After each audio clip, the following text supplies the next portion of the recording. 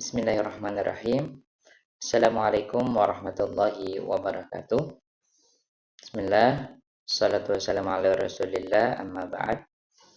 Bapak Ibu dosen yang saya hormati, perkenalkan saya Muhammad Yusuf dari Madrasah Aliyah Muhammadiyah 2 Al-Furqan, Banjarmasin.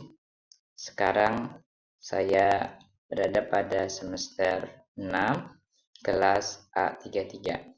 Pada kesempatan ini, saya akan sedikit memaparkan terkait dengan kuantitas dan kualitas hadis, yang mana ini adalah pembelajaran yang dilakukan di kelas 10.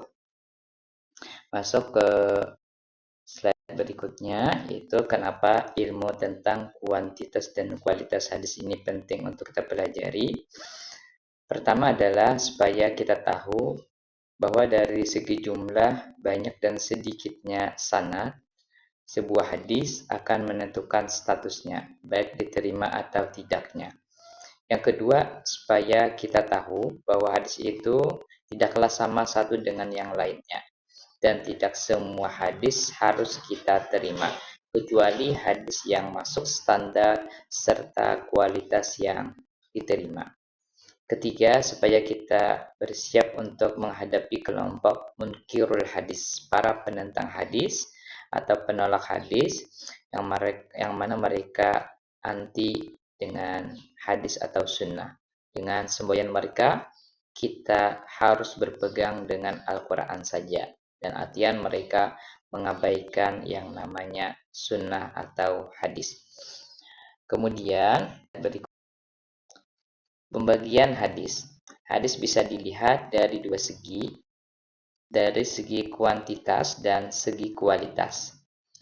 Dari segi kualitas, itu dilihat banyak dan sedikitnya rawi yang meriwayatkan hadis tersebut.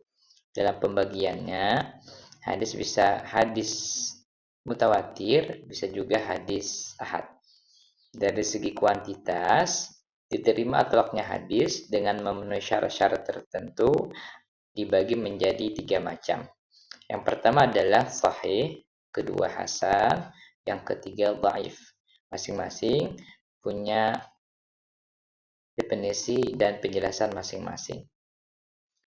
Kemudian kuantitas hadis, hadis mutawatir yaitu hadis yang diriwayatkan oleh sekelompok orang yang banyak, yang mana mereka mustahil untuk bersepakat untuk melakukan kebohongan. Jadi jumlahnya ini berbeda-beda, para ulama menyebutkan, ada yang mengatakan 5, ada yang mengatakan 20, ada juga yang mengatakan sampai 40 orang. Kemudian mutawatir terbagi menjadi 2, yaitu mutawatir lafzi dan kedua mutawatir maknawi.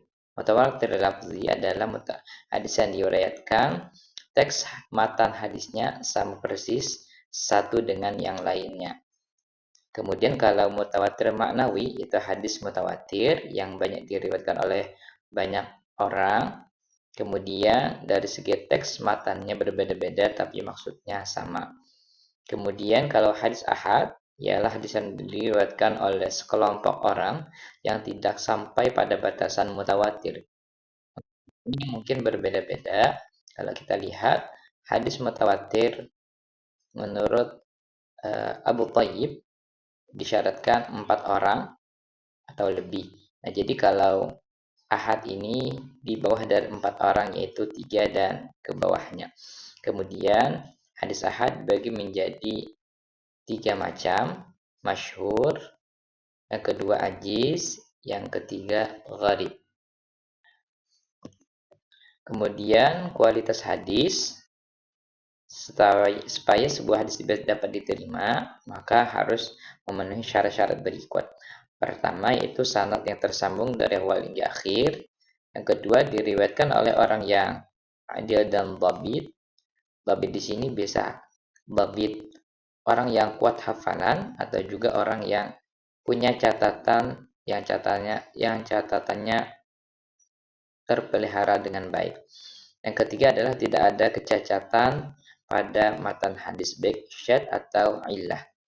Kemudian hadis sahih, hadis yang memenuhi syarat Yang hasan juga demikian, hadis yang memenuhi syarat diterimanya hadis namun agak sedikit kurang pada bagian dhabitnya. Kemudian dhaif yaitu hadis yang diriwayatkan oleh orang-orang yang kurang syarat atau tidak memenuhi syarat-syarat dari diterimanya hadis. Demikian yang dapat saya sampaikan, mudah-mudahan bisa dipahami dan bermanfaat untuk kehidupan kita sehari-hari. Amin ya rabbal alamin. Assalamualaikum warahmatullahi wabarakatuh.